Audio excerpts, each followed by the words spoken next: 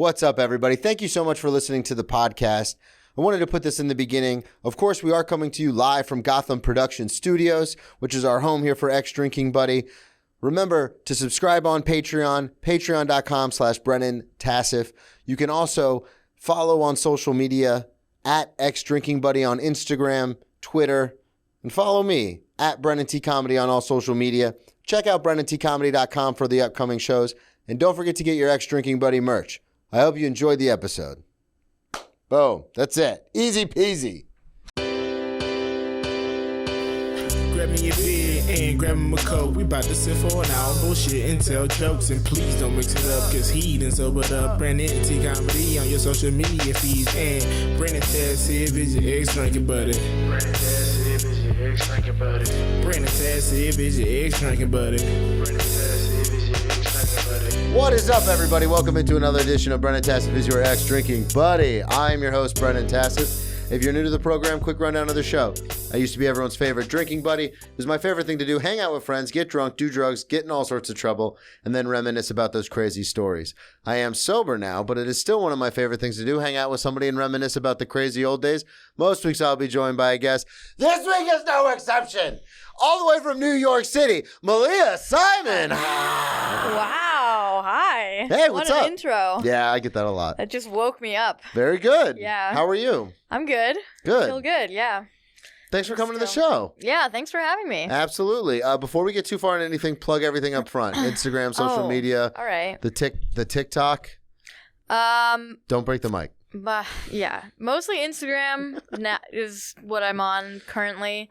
Malia Simon, at Malia Simon on Instagram. You got the full name. That's awesome. Yeah, I got the full name. Yeah. It's a cool thing when you have a unique name. Yeah, I got a rare name. Mine's so I never got taken either. And I swooped in there when I was in 7th grade, so I got the handle. Yeah.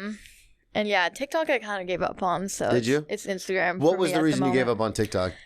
Dude, I just was having such bad luck. I had like a couple videos blow up, but then you don't get followers. This is going to make me sound like such a gaylord right off the bat. I'm like, you don't get any followers when you get videos. Yeah, everyone always tells me, like I have friends who are like blew up on social media, and they always say Instagram is like the best gauge. Because those are people who will buy tickets and will like come to shows and that's what I want. Can you guys make me blow up on Instagram? Blow it up. I want to blow up on Instagram. TikTok I don't care really as much. Yeah. Because Instagram is what everybody looks at. Yeah. I told you this is gonna make me look so. That's what it is though now. That's what the industry is. I hate that the sound of that coming out of my mouth. Like I hate the fact that you have to say it. I don't have to say it. I mean to the point that like that's what comedy is. That's what it is. Yeah. So. It's a lot of how many followers do you have? Yeah. We were talking about this outside before we came in here because there are people who will like call us or text us because we're in New York. So they'll be like, "Hey, I'm coming to New York. Like, can you get me on shows?" It's like I can't get me on show. Like, what are we talking about? Like what? I know. They're like, "Send me a list of your recs." I'm like, "All right, as soon as I get those."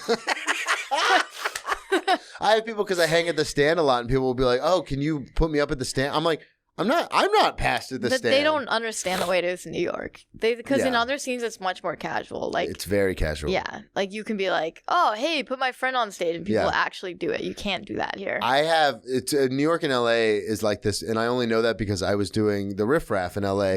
My good friends Zach Bennett and Billy Myers III, who does all my merch. Shout out Billy. Shout out. They run a show, and it's at the store now. The store picked it up, which is fucking awesome. But I have friends in LA that are other comics, and I text Billy and I go, "Hey, can so and so get like on the show?" And he was like, "No, like what?" Yeah. He's like, "That's not how this works. You can't just be like, hey, my buddy." No. And it's the same in New York where it's so cutthroat, which I love about it, but it's also can be very shitty sometimes when you're like, I just wanted to like do shows with my friends. Yeah. Do you feel like you have real friends in comedy? Oh yeah. I definitely do. Yeah. Yeah. I mean, we were talking about this too, the oversharing. I'm such an open book that I've noticed in my life that people either are drawn to that because I'm a protector. Like I'm very much like I watch out for my friends and stuff. Like I remember Anna Koppelman was talking about one time she was going to meet this guy And I was like rallying the troops. I don't know. I was like, what bar are you going to? Like, we'll all show up to make sure he's cool. And she was like, that's not why I brought this up. That's not why I brought this up. But like, so people either are drawn to me or they hate me. Like, it's kind of, there's no real. I don't see people hating you. I don't see people. There are some people who are like, he's so fucking annoying. Like, why? He just Why talks. Why do you think people think you're annoying? People think I'm annoying because I talk to him. Like, I'm always like. I don't think you talk too much. I don't know. I try to be too friendly, and sometimes that rubs people the wrong way. But I think, like, I have people in New York that I value their friendship as much as some of my closest friends because, we're doing it. We're in it. We're all every day, all day. Oh, yeah. There's just bombing at mics together. Like it, man. Yeah, it's the life, man. Let's talk about you. Ooh, let's talk about me. Yeah. Comics' favorite subject themselves. So you were not originally from New York? No, I'm from California. California? Yeah. What part? San Luis Obispo, California. Shout out. Where's that in relation to like LA, San Francisco, and San Diego? Do you know where Santa Barbara is? That helps people sometimes. It's like an hour and a half north of Santa Barbara. Oh, so you're pretty far north. Kinda. Like not compared really. to LA. It's considered Central California. Yeah, though. but yeah, okay. Yeah. So like you grew up in San Luis Obispo? Yeah. And then because we were talking about this outside, spoiler alert, you didn't start comedy until you moved to New York. No. So what brought you to New York? College. Okay. Yeah. Where'd you go? NYU? I went to Columbia. Stop the presses. Stop. Hang on. You'll see me write stuff down. This is just so I don't have to go back and listen to the episode. You're like my therapist. I'm like, ooh, what's he? I've actually gotten, thank you everybody for the reviews. And don't worry, I took it to heart. Someone wrote a review where they're like, love the show, 5 stars. But Brennan, you do have a bad habit of like cutting people off right at the tail end of their sentences because I'm always trying to like jab a joke in there. Oh, that's okay. And they were like, well, the person's criticism was like, we don't know where the story's going. Like maybe if you let them finish the. Oh, okay. So I was like, I'm trying very hard to stop interrupting. But Columbia. Yeah. Talk about it. Oh. So yeah, I'm like, I wish you would interrupt me because I never know what I'm about to say, so please cut me off. Whenever possible. Yeah. So what brought you to Columbia? You're an Ivy League student. Yeah. Why are you acting like this isn't a huge deal? What'd you go to school for? I don't know. People get weird about it. Oh, I love it. My brother went to Cornell. Really? My dad went to Cornell. I was an international baccalaureate. A lot of my friends gorgeous. Yeah? You know the pun? Because it has all the gorges people say. Cornell is... Anyway. No, I don't know this at all. I don't really talk to my older brother very often. Okay. But I was in IB, so a lot of my friends went on to like big Ivy League schools. I've had a couple people on here. Ben Frank went to Penn. I didn't know that. Yeah, see? That doesn't surprise me, though. He's very smart. No, I'm kidding. I love Ben Frank. That was a joke. We're kidding here. So, growing up in California, were you top of your class? You always knew you wanted to go to an Ivy school? Like, yeah. I've seen Gossip Girl. Like, they tried to get into Yale from, like, freshman year. Was that your trajectory? Yeah, I actually wanted to get into Yale. I got rejected from Yale. Did you really? Yeah, I applied early action to Yale. But, so I was, like, in high school, I was, like, really academic. Like, I was part of the academic crowd. Were you in like AP classes or? Yeah. Okay. And like, yeah, I just did everything. And I was also like a runner in high school. So when did you find out you had an aptitude for academia? Always. I'm trying to use the biggest words I know right now. I'm just trying to throw the biggest words at you right now. So you've always been a smart kid. Yeah, I mean, I hate like I don't like. We can talk about it. It's fine. Like that, don't listen to the dum dums out there. Because like I do comedy. Like I was on a podcast one time and everyone was commenting like she doesn't seem like she went to an Ivy League school, or they were like, so someone told me once like, oh, she went to an Ivy League school but she has a blue collar vibe or something.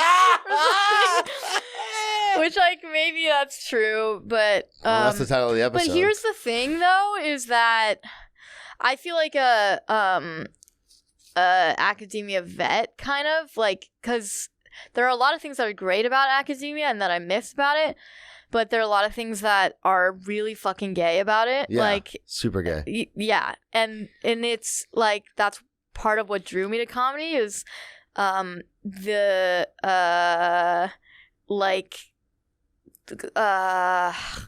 I even put it? Like, maybe it's not as bad now. I don't know because I'm not in it now. But when you were in it 2 years ago. When I was talk about. Okay, but in terms of like talk about like wokeness and stuff. Yeah, let's talk about it. How much you hate wokeness. I don't even want to sound like that too, because it's so tired to be like, snowflakes, whatever. But like, I love that you're saying this and I'm not, because this is a total shift. But Columbia is like one of the wokest places you can. Yeah, I could imagine. Be, and like all like elite institutions are like that. And like the problem with it is that, and I'm not the first person to say this, but the problem with it is that it's such a self-contained world. Like, so it's people who basically, it's an echo chamber. Yeah, it's also people who think they're fixing problems in the world, but really what it is just people there getting mad at each other. Like, and then you go into like anywhere else in the world and no one even knows these conversations are being had. Like, it's like so insulated. Yeah, like, and I noticed this from doing comedy. I noticed this because I work in the restaurant industry, and especially in Florida. Yeah. Where, excuse me, I was working in the restaurant industry, and I have forever while being in comedy. So there's this weird dichotomy where I would be around comics or I would be following stuff on Twitter or podcasts or whatever, just in the comedy world. And people are talking about all these stories coming about this is years ago, but like about Bill Cosby and like how there are predators in the comedy scene. And I'm hearing all this stuff like the Me Too stuff. And I'm like, that's fucking disgusting. That's gross. Yeah. Like, I don't even understand how this could happen. But then I'd go to my restaurant job and everyone's like slapping each other on the ass and like, hey, what are we doing after this? And like, I'd get drunk. This is back when I was drinking. I'd get drunk at a bar and like turn to one of my coworkers and be like, hey, do you want to like go make out? And she'd be like, yeah, let's go make out. And it was like one of those weird things where it was like you're saying though, like the comedy, the entertainment industry, it was like everyone's screaming at each other. Yeah. But then when you got into the real world in like Jacksonville, Florida, it's like nobody's listening. Like nobody even hears you having that conversation. Oh, totally. Most of America is still living in the 80s. Yeah. Not that that's good, but no, like, it's terrible. But it's like it's just the way it is. It's like an overcorrection in some circles that's not even reaching the people that it's supposed to be reaching. You know what I mean? Well, and it's also, it's very interesting because it's a pendulum. And as someone who studied history, I see this all the time. But like Gen Zs were so one way, and then boomers were so one way, and then Gen Zs, and then it kind of swung back with millennials. Yeah. And now, or Gen X, excuse me. And now I noticed with Gen Zs, like there's a woman, I don't know, she's like 19 that I work with. And she's super fun. Like it comes to some of my shows. Her boyfriend's the greatest guy in the world. But I was telling her something. And she turns to me and she goes, really sounds like you're like playing the victim in this. And I was like, no. You're supposed to be like, oh my God, Brennan, that's so terrible. How did that make you feel? Because I just assumed because she was like of a younger generation, she would be more sensitive. No. But it swung the other way. And she's like, stop being a bitch. No, Gen Z's like hate wokeness. She was aggressive about it. They're closer to Republican they're closer to right than they are to left. Oh yeah, in my opinion. The few that I've met, I've been like, oh, you guys got so pissed off about the millennial shoving it down your throat. Yeah, everyone got tired of the white liberals. So it just kind of switched. We're back, baby. Woo! It's our time to shine again. Yeah, we're coming back. I really though I think that like no one gives a fuck anymore. No, and this is why like even though I was only at Columbia 2 years ago, I do think it was like a more intense time, like because of the Trump presidency too. You know, he's like, coming back. Daddy's home. Yeah, Daddy's home. It's gonna happen again. He's going to win. Yeah, my life. And it's one of those weird things where. Because my majored in political science and American history, so it's weird because I looked at the landscape when he ran the first time, and I was like, oh, this is crazy, but there's no way he'll win. Like, that's stupid. That's what we said last time. Well, that's what I'm saying. And then he started getting all this traction. And now I'm looking out at the landscape, and it's like everyone's like, there's no way he'll win. There's no way. And I'm like, you guys are, again, to your point, it's like you guys are in a bubble. Yeah. Like, the rest of the country loves this guy. Yeah, he'll win. I'll be honest with you. When I first moved to New York, and I saw the income, like the taxes they took out of my paycheck versus living in Florida where there's no state income tax. I was like, I'm fucking Republican now. Like this is more than half my check. Everyone who's working class loves Trump. You know who loves Trump? Everybody loves Trump. Let me tell you, everybody loves me. That's pretty good. Thank you. No, you know who loves Trump is Uber drivers. Oh, yeah. And they will tell you about it. Yeah, they will. Yeah. It's weird because there's a lot, like you said, working class, like a lot of different. I mean, if you ask Trump, they love me more than they love Abraham Lincoln when it comes to the blacks. They do. They love it. Yeah. They love that swag. Yeah, they do. God, this is getting very stereotypical. let's talk about how you got to Columbia. When you were, yeah. Oh, don't worry, I'll lead you. When you were in high school, were you like sole focus is to go to an Ivy League school? Yeah, I really wanted it. Like, well, why? I couldn't tell you. Like, I just was like really driven, and that was. Was it something that came from your parents or your household, or was it just like? Not really. I mean, kind of my dad. Like. Yeah, because you said you went to Cornell. No, but my parents are interesting though, because, I mean, both my parents are like very smart and driven, but they're also hippies, kind of like. Okay. Like they're like Deadheads and like Fish fans, like. Yeah. So it's like. So it's not like I grew up in like a waspy home or anything. Like I grew up on actually kind of like somewhat of like a farm. Like okay. I had like a bunch of animals like chickens and ducks and shit. Do you have any siblings? Kind of like I have a sister. We grew up like on the countryside. So I had kind of like a wholesome childhood. You're the youngest. Yeah. Yeah. How'd you know? I've got 3 siblings. I can tell. All right. And so where did your sister go to college? My sister went to UC Santa Barbara. Okay. So did you? It's no Columbia, but. Yeah, I know that look. Yeah. Well, it's funny because my brother went to Cornell, but then I played Division I football, which in my family was way cooler than going to Cornell. So it was like, all right. I'm an athlete. Yeah. Well, she didn't even. I'm an athlete. She didn't even do that. I wanted to ask you because you said you had a wholesome childhood. You grew up kind of on a farm. You had a lot of animals. Did you? Because we'll get kind of to the crux of the show. Did you, because of your drive to go to a good school and everything, and then eventually doing that, did you party and stuff like in high school? Were you like a popular kid? Were you a nerd? No, like how did that? No, I didn't party in high school. Well, like I was friends with like one of the popular kids. Okay. But my best friends were like the academic people. Okay. So we partied like with each other kind of, but I didn't go to like the parties. Yeah. But I would like, sometimes my friend would bring me and everyone would be like, what? She's here. But it wasn't like, I didn't like really get made fun of, but it was just kind of like no one expected to see me there because I was like doing, and also everyone thought of me as like like I was like super into running at that time. So it was like. When you say you were running, were you doing like cross country or track? Yeah, like cross country and track. Okay, so long distance? Yeah. But no, I didn't really party until college. Okay, so yeah. So you didn't drink or anything. You said, because this is something I find minute details very interesting. A lot of times people will say, oh, I didn't really party that much, or I didn't go to a lot of parties. So you obviously went to a couple parties when you were invited. Did you drink and like go crazy when you were at these parties? No, I was scared. Okay. I was my first time ever around alcohol. I pretended to drink it because I was scared. Wow, really? Yeah, no, I mean, really that makes sense. scared. I didn't drink until I was a senior in high school, and I'm a full-blown alcoholic. So, like, I had an aptitude for it, but I was just like, I was nervous. Like, it's one of those things. Why were you scared? Were you scared of, like, what you saw on movies and TV, or, like, growing up, or, like, you just I was just, well, when I was in high school, I was, like, I lived, like, a really controlled life. Yeah. So I was, like, I was afraid of kind of letting go like that. Oh, okay. That makes sense. Yeah, like I didn't. Yeah, I think I was afraid of losing control, basically. That's interesting. And I didn't smoke weed I did smoke weed one time. In high school? In high school with my sister. That's going to go on your permanent record. Yeah. How did that happen? It was good, actually. Your older sister, obviously, she's a bad influence. Yeah, my sister was like a little bit of a pothead. She like partied more in high school. Yeah, she went to UC Santa Barbara. Yeah, of course. Yeah, that's why she didn't end up at Columbia. But yeah, but it was good. Actually, is she gonna listen to this? Does she listen to a lot of the stuff you do? I guarantee you, she's not gonna listen. Oh, to this. okay. Yeah. Cool. Then I don't feel bad. Not that she would care, but no, yeah, she but knows. She was a pothead. Yeah, and she gave me my first experience with weed, and it was great. Actually, it was actually probably my only good experience with weed. Oh, really? That's interesting. So, where are you? Set the scene. Are you at your house? Are you on the farm? Are you playing with the animals? We moved houses at one point. We moved to Pismo Beach, which is like 10 minutes away from Arroyo Grande, which is the town I grew up in. Okay. And we were just like in her room. We were like about to go out to dinner with my parents, I think.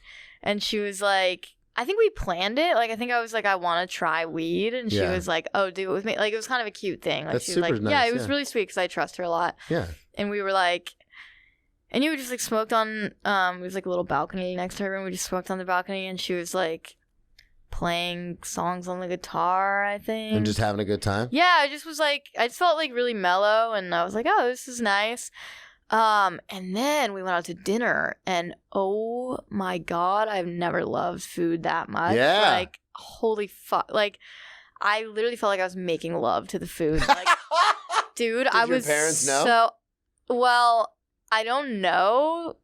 I mean, now I do mushrooms with my parents, so they wouldn't care now. But at the time, we did hide it from them. I think they might have figured it out because I remember like seeing this like person in the restaurant, and I was like, oh, like I was looking at their food, and I was like, oh, like what did that woman get? Like that looks really good.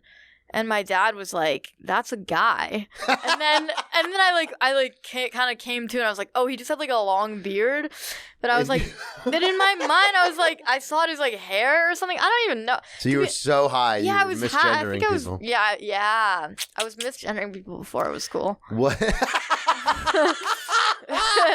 Now I do it for sport. Oh, and that's the clip. Yeah. So you do that one time, and it's a great experience, and then you get to college, and what is it like? I want to ask you this because this is interesting to me, and I'm not going to tell the story because the listeners are sick of hearing it, but when I first got to college, I kind of like let go, and I was like, because I was always bullied, I wasn't cool, I didn't get invited to parties. Even though I played football in high school, my teammates would kick the shit out of me. Like, it was like bad. So then... I'm sorry. It's fine. All these scars come from somewhere. And then I get to... I love how you check the other arm.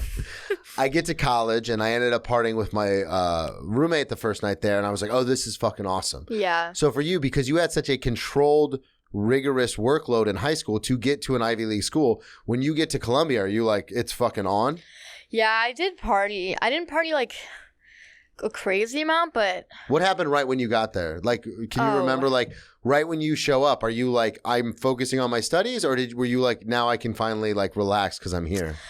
I mean, I definitely wanted to do well still. Like, I think also, especially when you get to a place like that, like freshman year, everyone's trying to prove themselves. Like, everyone's like, oh, what if everyone around me is smarter? Like, so you do kind of still feel the pressure to do really well.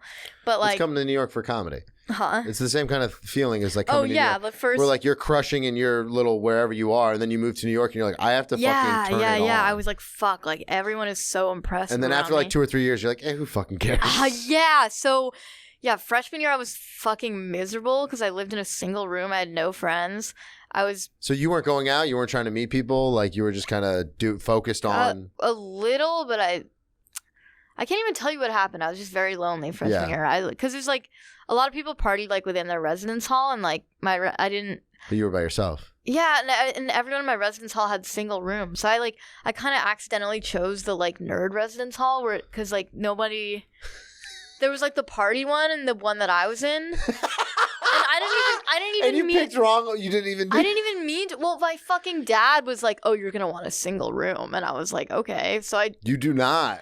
No, nobody told me that. No, but you wouldn't know. Because you had no idea. Yeah. And I understand what your dad's perspective is because by the time you're like a junior, senior, you're like, yeah, I want my own room. Like, I fucking hate this. Yeah, so he was like, oh, you're going to be much more comfortable. But it's like, I didn't have any friends. Yeah. And so I was talking on the phone for 5... I thought you were going to say talking to myself. I was just talking to the voices in my head.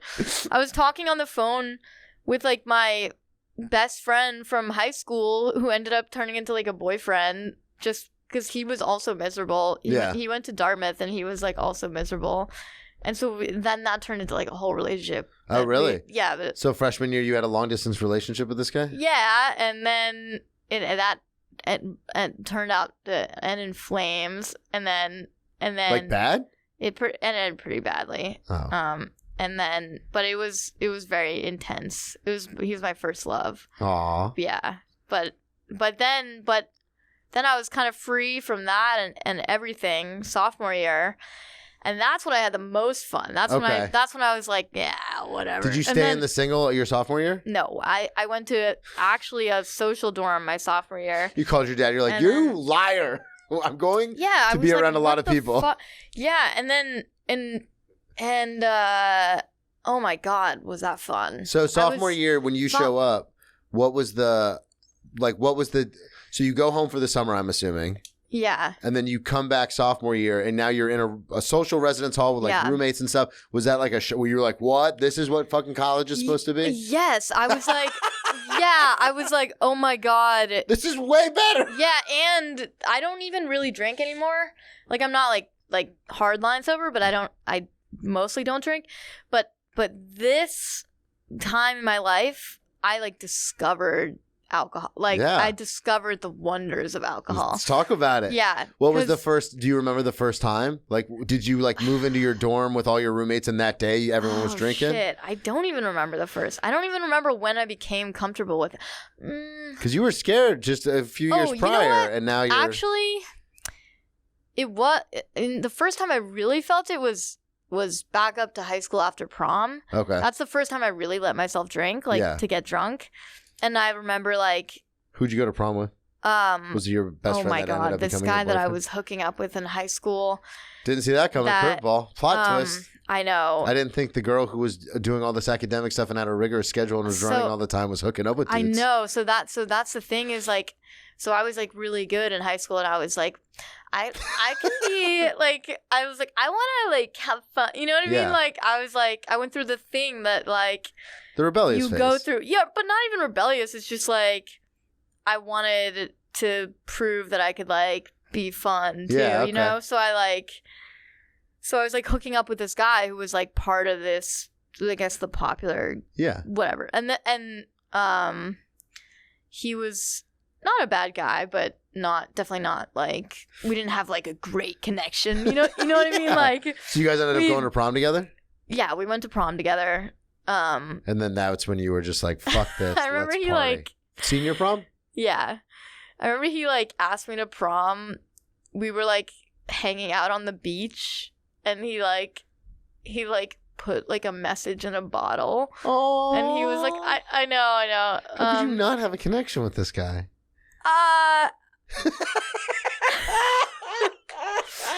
You don't have to answer that. I mean, that's a little.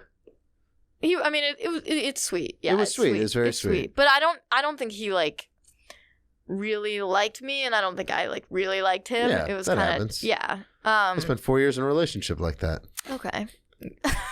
You're like, what do we do? I guess we're roommates. Cool. Yeah, but I was like, I guess I was just like, I liked the attention I was getting from him. Yeah, for sure. Like, because I was kind of like new to male attention at that time, so I was like, oh, and I like really wanted him to like me, and I didn't even really understand that like he was just like high all the time. Like I don't think he really liked anything. You know what I mean? Like I don't think he like felt deeply about anything. That's but I was like, I didn't realize he was I'm gonna make high him. No, he's gonna like feel deeply about me. But like, no, I don't. But it was fun. Like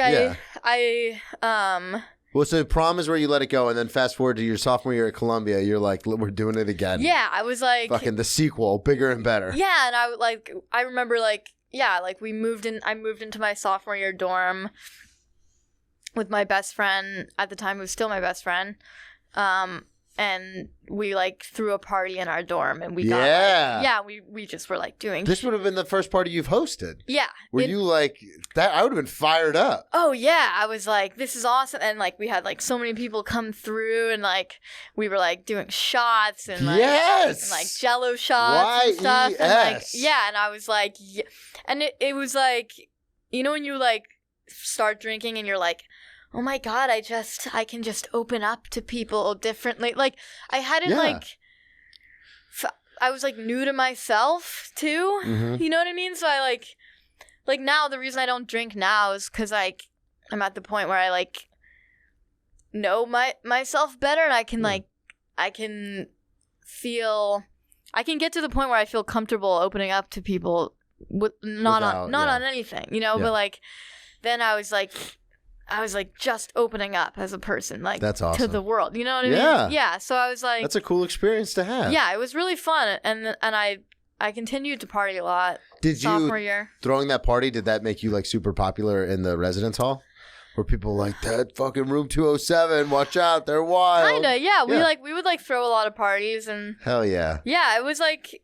at Columbia, it was cool because like nobody had been popular in high school. So yeah, so it was like I wasn't like the nerd anymore. Yeah. Like I was just like just one of them. Like so anybody could be pop. It was like as long as you had like a handle of vodka, you could be the popular kid. Yeah. Or queen. Yeah. Yeah. And also it was like badass to be smart. Like it was like this is why it was a good experience in many ways, because like everyone was like trying really hard too in class, and like it was like intense in that way. Like there would be like intense like arguments in class. Yeah, competitions and stuff. Yeah. Yeah, and you would like make friends intellectually, like, which that was also really cool. That is cool. That is something I find can be difficult with comedy, because you can meet people who are super smart and you can also meet people who are kind of dumb. Yeah.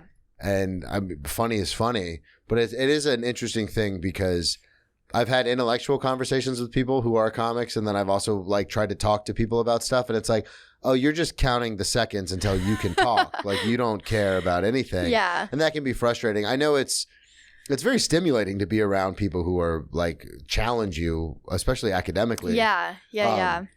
I wanted to ask you, because this is something I know just through my brother, because my brother's like beautiful mind level smart. Cool. Like it's a wild thing to see. Yeah. Because he could drink people under the table and then like wake up the next day, do a shot, and then go like, he got like a 1600 on his SATs back when it was out of 1600. Yeah. Like he's insane. So for you at Columbia, because you were saying it was also obviously a lot of people, education was obviously at the forefront. Yeah. Were the quote unquote popular kids now the kids who could party but then also show up? Because my brother was insanely popular because he could rage and then show up and like teach a lecture. Yeah, and people respected that a lot. Like, yeah, because so you did have your form of like nerds were like kids who like couldn't party and study. So I'm sure they were kind of an outcast in a way. Oh, you mean people who like go to, like work their ass off to get into Columbia, but they don't belong. You know what I mean? Like. They're not, you mean like they're not smart enough to be yeah. there? Well, like they're smart enough because they got in, but also like they have to like work, because there are people who are naturally gifted. Yeah. Where they can just show up and be like, yeah, I get it. Yeah. Well, then there's always the athletes who are like a little bit less smart. Yeah. Trust me, I was one of those athletes. Because I majored in psychology, and all the athletes majored in psychology. Oh, really? Yeah. Yeah, and so state people who were schools, like, I want to be in like psychology and like exercise science. Yeah. And they were exercise science and communications were the two big ones at Florida Atlantic. And psychology is an easy major. Like, I'm not trying to say that like I should have majored. What I really wanted to major in was philosophy, and I should have done that. Why didn't you do that? I didn't, because I was like, oh, psychology will be more practical, but then I didn't end up using either. Yeah. And I liked philosophy a lot more, so I should have just done that. It was interesting you say that, because when I first got to school, everyone was like, business, you have to major in business administration, something with business. Yeah. Because that's the way of the future. Yeah. I took one political science class, and I was like, oh, no, I'm going to do this. Yeah, and everyone's like, that's stupid. Don't do that. Don't do that. And I was like, no, I'm going to get this degree. Like, I love this. I love doing this. That's great. So that's why, and I was going to go to law school and everything, and I got like a 164 on the LSAT, which is pretty good. And like, I was like ready to rock. And then my drinking and cocaine got out of control. And I was like, I'll take a semester off. And then I just never went back. But it's interesting because like, it's a weird thing. I've talked to so many people about this, where when you get to college, they're, to your point, they're like, what do you want to do with the rest of your life? Yeah. And you're 18. And you're like, I want to do philosophy. Like, and they go, nah, that's stupid. You should do something else. Yeah. And you're like, all right, I guess. Yeah. Also, it's crazy that you have to pick your major when you're literally 18 and you're a kid. Oh, I talked about this with Austin Sheridan, because he like transferred to 3 different schools, had 4 different majors. Yeah. He's like, it's a scam. Like, nobody knows what they want to do. Nobody fucking knows. I have 2 degrees, and I'm fucking work in a restaurant and do comedy and podcasting. Like, nobody knows. Yeah, college is for... It's like a life experience more than it is like a job. Oh, thing. I loved it. So sophomore year, this is going on all sophomore year. You're the queens of the castle. Everybody knows room 207. I just made that up, but we're going to go with it. Yeah. So what does this continue like junior year? You like, oh, let's run it back. Like, let's live on campus, or did you move off campus, or what happened? Sophomore spring, then COVID happened. So the whole thing got shut down. No. Yeah, so that was the, just when the story was getting good. I know. So then that was, COVID. So then you just switched to Well, actually, I was in Florida. We didn't have it. It was fake news. Never existed. Meanwhile, that turned out to be true, kind of. Clip it! Clip it!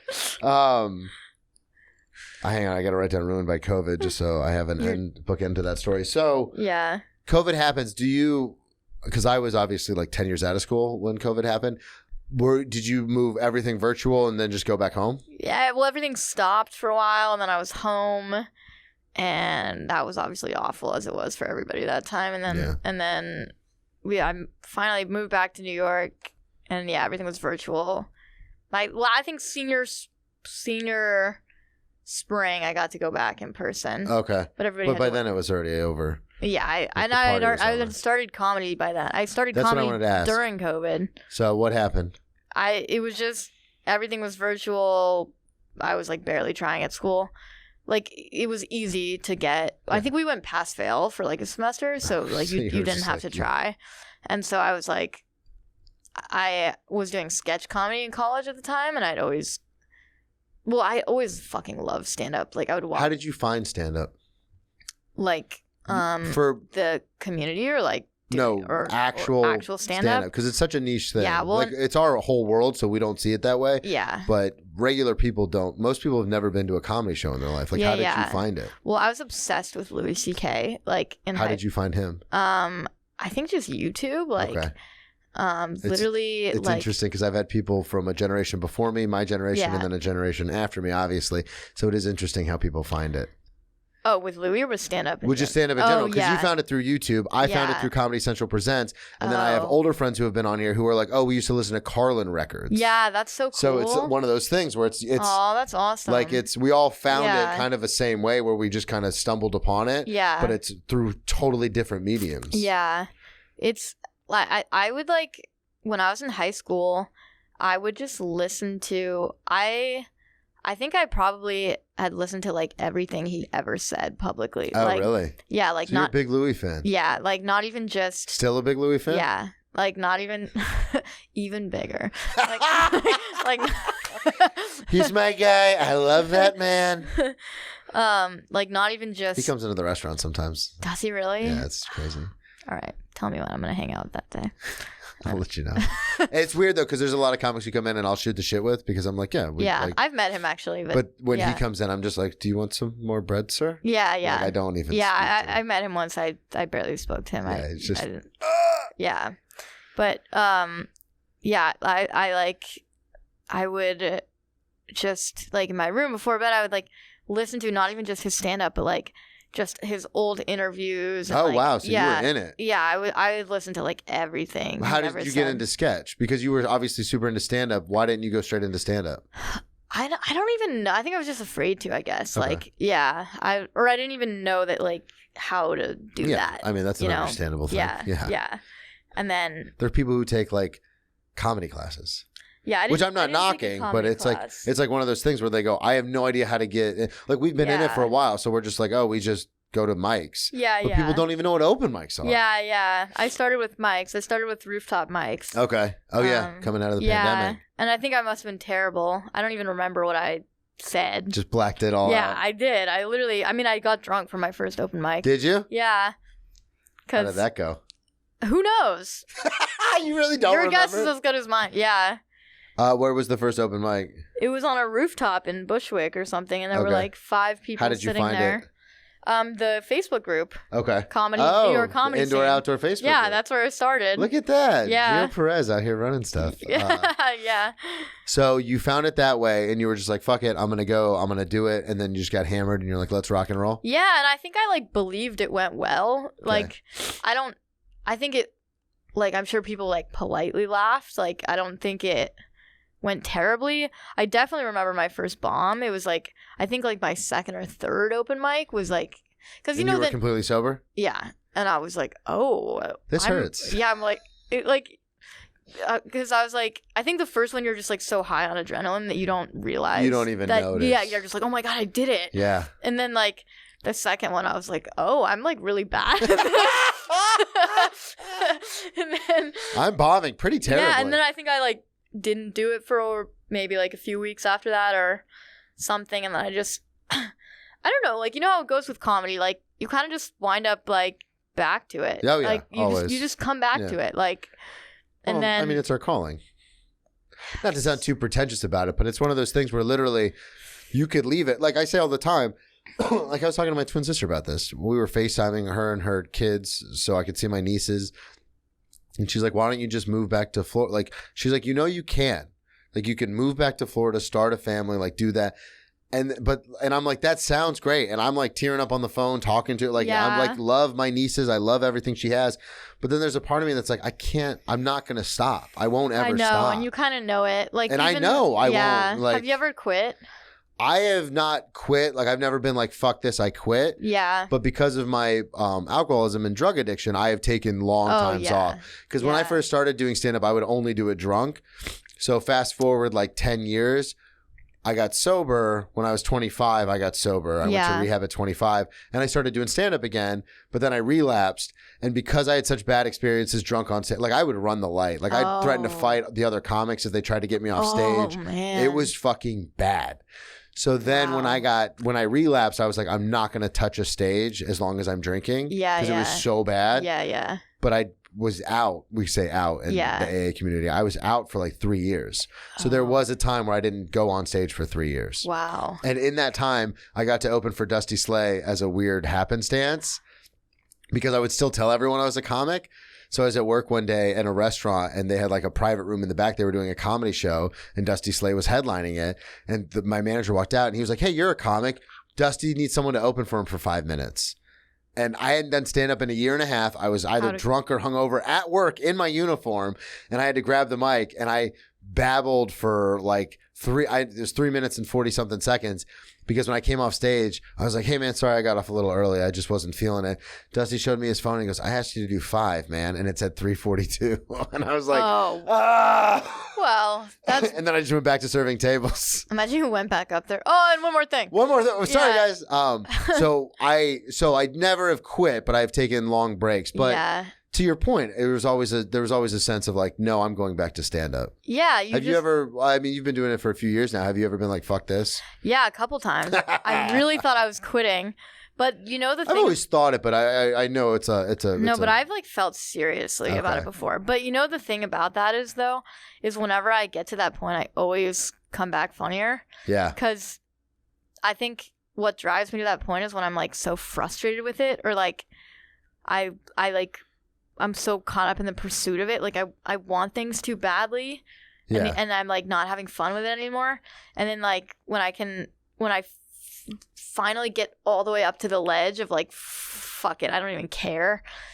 Only then are you actually funny again. I've had so many people tell me, that's what it is. Like, I've had one of my very good friends. He caught his big break like a month after. He was like, fuck this, I'm just gonna do what I want. Exactly. And that's fucking all of life, is it not? Yeah. Like once you're like, you know what, you just let things happen a little more, then it all starts to work for you. Yeah, just let it happen naturally. And then it's a cycle of like, can you tell I do a lot of mushrooms? But like, but then I wanted to talk about it, but we ran out of time. Oh, are we out of time? Yeah. Oh, we are out of time. Wow, that just flew by. Yeah. This was a lot of fun. I'm pretty good at it. Yeah. Okay. You know. Or I am. You have to come back because we didn't get to a single one of your stories. Aw. Yeah, well, we got to plenty of other stories. Absolutely. Plug everything one more time. Just the Instagram. At Malia Simon. It'll be in the show notes. Yeah. Thank you, everybody, so much for listening. At Brennan T. Comedy on all social media, BrennanTComedy.com. Check out the one-man show, also titled Ex Drinking Buddy, on YouTube. And we'll talk to y'all next week. Boom. Thanks a lot. Thank you. How fun. Thanks for coming.